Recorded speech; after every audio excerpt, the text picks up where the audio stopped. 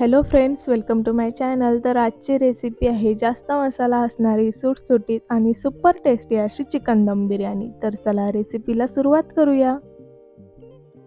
तर सुरुवातीला मी इथे बिर्याणीचा तांदूळ घेतला आहे अर्धा किलो. तो स्वच्छ धुवून घ्यायचा आहे 2 ते 3 पाण्याने. स्वच्छ धुवून झाल्यानंतर तांदूळ आपल्याला अर्धा तास भिजत ठेवायचा आहे. अर्धा किलो तांदळासोबत मी अर्धा किलो चिकन घेतलं आहे. चिकन स्वच्छ धुवून घ्यायचं आहे. त्यानंतर त्यामध्ये आलं, लसूण, हिरवी मिरची, पुदिना आणि कोथिंबीर यांची पेस्ट करून त्यामध्ये टाकायची आहे. त्यासोबतच पुदिना, कोथिंबीर, बारीक चिरलेले टोमॅटो, काही मसाले जसे की लाल तिखट, कांदा लसूण मसाला, धना पावडर, हळद, गरम मसाला, बिर्याणी मसाला आणि मीठ. या मसाल्यांसोबतच खडा मसाला, लिंबाचा रस, दही आणि अर्धा किलो कांदा. अर्धा किलो कांदा यासाठी घेतला आहे जेणेकरून मसाला जास्त होईल. आता हे सर्व आपल्याला व्यवस्थित मिक्स करून घ्यायचं आहे.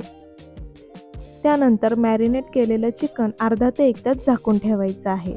तांदूळ भिजून अर्धा तास झालेला आहे आणि तांदूळ छान भिजलेले आहेत.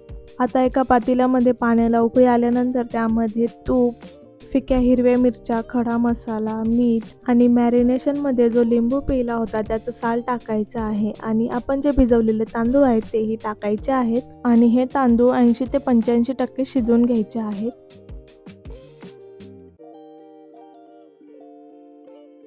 तर तांदूळ 80 ते 85% शिजलेले आहेत. त्यातलं पाणी आपल्याला निथरून किंवा गाळून घ्यायचं आहे आणि बिर्याणीसाठी लागणारा बॉइल्ड राईस रेडी आहे. तुम्ही पाहू शकता की इकडे चिकनही छान मॅरिनेट झालेलं आहे. आता एका कुकरमध्ये किंवा पातेल्यामध्ये तेल घ्यायचं आहे. त्यामध्ये भाजलेला कांदा, भाजलेलं खोबरं, आलं, लसूण यांचं वाटण टाकायचं आहे आणि छान परतून घ्यायचं आहे. बिर्याणीला जास्त मसाला होण्यासाठी मी वाटण टाकलेलं आहे. तुम्ही नाही टाकलं तरी चालेल. वाटण परतून झाल्यानंतर त्यामध्ये मॅरिनेट केलेलं चिकन टाकायचं आहे आणि थोडंसं पाणी टाकायचं आहे, एकदम थोडंसं, एखादा घोट. आणि हे सर्व छान प्रकारे मिक्स करून घ्यायचं आहे आणि झाकण लावून 3 ते 4 शिट्ट्या घ्यायच्या आहेत. इथे 3 ते 4 शिट्ट्या झालेल्या आहेत. पाहूया चिकन शिजलं आहे की नाही ते.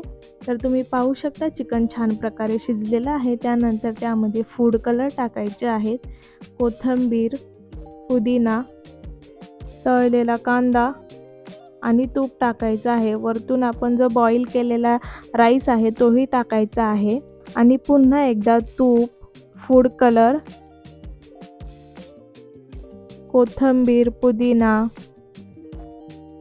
तळलेला कांदा हे सर्व टाकून झाल्यानंतर मध्ये एक वाटी ठेवायची आहे. त्यामध्ये भाजलेला कोळसा ठेवायचा आहे आणि वरतून तूप टाकून झाकून घ्यायचं आहे आणि बारीक गॅसवरती झाकणावरती काहीतरी जड ठेवून छान प्रकारे दम देऊन घ्यायचा आहे. तर तुम्ही पाहू शकता 5 ते 10 मिनिटांनंतर बिर्याणीला छान प्रकारे दम देऊन झालेला आहे आणि एकदम स्मोकी फ्लेवर आलेला आहे आणि एक्स्ट्रा मसालाही झालेला आहे. तर तुम्ही पण ही रेसिपी नक्की ट्राय करा. तुमच्या फ्रेंड्स आणि फॅमिलीला शेअर करा. भेटूया पुढच्याच एका नवीन रेसिपीसोबत. तोपर्यंत बाय बाय.